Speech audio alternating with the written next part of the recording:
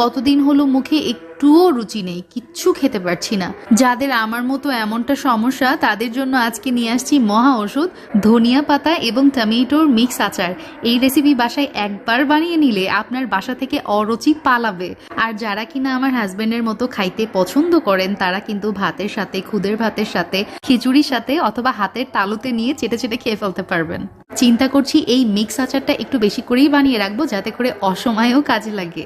সারা বছর আচারটা সংরক্ষণ করার টিপস থাকবে আজকের আমার এই ভিডিওতে। So without any further delay let's start our cooking. প্রথমে একটা স্পেশাল মশলা বানিয়ে নিব। এই জন্য 1 টেবিল চামচ আমার সরিষা বাটা লাগছে। তার মধ্যে দিয়ে দিচ্ছি জিরা গুঁড়া হাফ চা চামচ, ধনিয়া গুঁড়া হাফ চা চামচ, হলুদের গুঁড়া হাফ চা চামচ, মরিচের গুঁড়া 1 চা চামচ, আর আদা বাটা ব্যবহার করেছি হাফ চা চামচ। সামান্য একটু পানি দিয়ে দিলাম, এই ধরেন 2 টেবিল চামচের মতো। এখন সব কিছু উপকরণ একসাথে খুব ভালোভাবে মিক্স করে নিব। আর ভালোভাবে মিক্স করতে হবে যাতে করে কোনো দানা পেকে না থাকে। তো স্পেশাল মশলা রেডি।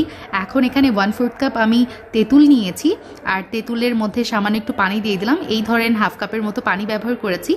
আর এখন একটু হাত দিয়ে কচলে কচলে এই যে বিচিগুলো আলাদা করে ফেলছি, আর এই যে তেঁতুলের গাঁটটা আমি আলাদা করে নিলাম। আর এখানে লাগছে আমার ধনিয়া পাতা আর টমেটো। আমি 4টা টমেটো নিয়েছি, আর এখানে 1 মুঠ আমি ধনিয়া পাতা নিয়েছি। ধনিয়া পাতাগুলো কতবার পরিষ্কার পানি দিয়ে ধুয়ে নিয়েছি। এখন একটা কড়াইয়ের মধ্যে দিয়ে দিলাম, চুলার জালটা অন করে দিলাম এবং সামান্য পানি ব্যবহার করছি যাতে করে ধনিয়া পাতা খুব ভালোভাবে স্টিম হতে পারে। তো চুলার জালটা অন করে দেওয়ার পর একটু নাড়াচাড়া করে নিচ্ছি। আর একটু পরেই খেয়াল করবেন চুলার জালের কারণে ধনিয়া পাতার গাছগুলো মুছে গেছে। এই পর্যায়ে চুলার জালটা আমি অফ করে দিলাম। একটু ঠান্ডা করে নিয়ে আমি একটা ব্লেন্ডারের জারে ধনিয়া পাতাটা নিয়ে নিচ্ছি এবং এটা একটু ব্লেন্ড করে নিব। একদম স্মুথ ব্লেন্ড এমনটা না, একটু ছোবা ছোবা থাকলেও প্রবলেম নাই। এখন সেম কড়াইয়ে আমি হাফ কাপ পরিমাণ সরিষার তেল নিয়ে নিলাম। আর আমি সবসময় যেটা করি রকমারি আসল বাজারের খাঁটি সরিষার তেলটা ব্যবহার করি। এটা কিন্তু 100% কাঠের ঘানিতে ভাঙা সরিষার তেল। বলতে গেলে আমার প্রতিদিনের রান্নার সঙ্গী হয়ে গেছে রকমারি আসল বাজার।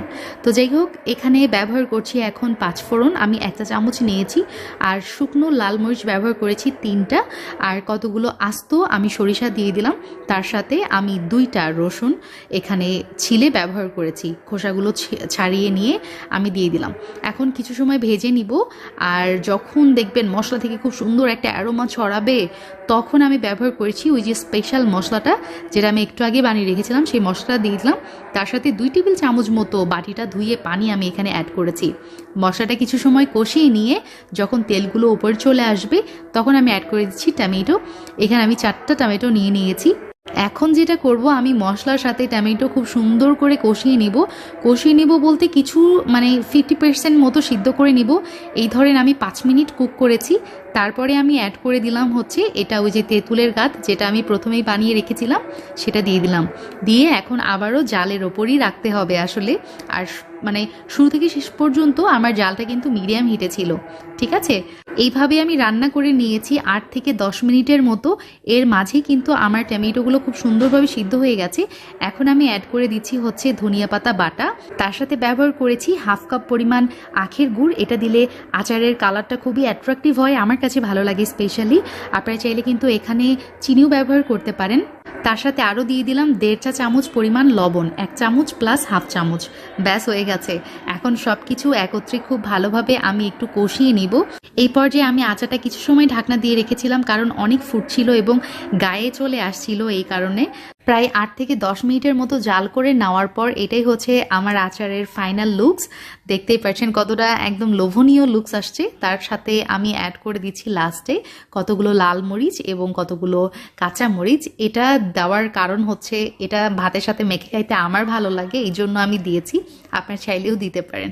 তো এই মরিচগুলো দেওয়ার পরে আর চুলাতে আমি নাড়াচাড়া করে নিব প্রায় 2 মিনিটের মতো। তারপরে চুলার জালটা অফ করে দিয়েছি। এই যে খেয়াল করেছেন আমার আচারের ওপরে কিন্তু তেল ভেসে উঠেছে এবং মিক্স আচারে কিন্তু একটুও পানি অবশিষ্ট নেই। তো বুঝতে হবে আমার আচার কিন্তু ডান। তো আমি আপনাদেরকে একটা বাটিতে সার্ভ করে দেখিয়ে দিচ্ছি। এখনও কিন্তু আচার প্রচুর গরম আছে। এর মধ্যেও আমার খাওয়া দাওয়া কমপ্লিট। আমি টেস্ট করে দেখেছি, আমার কাছে ঝাল, লবণ, তারপরে টক, মিষ্টি সবকিছু ব্যালেন্সড লেগেছে। একটা কাচের বয়ামে এই আচারটা সংরক্ষণ করতে পারেন। 1 মাস পর পর একটু রোদে দিবেন, তাহলেই হবে। 1 বছরের মতো আচার ভালো থাকবে ইনশাল্লাহ। So if you like my today's recipe then please give me a thumbs up ইনশাল্লাহ। আবার দেখা হবে। আল্লাহ হাফেজ। আসসালামু আলাইকুম।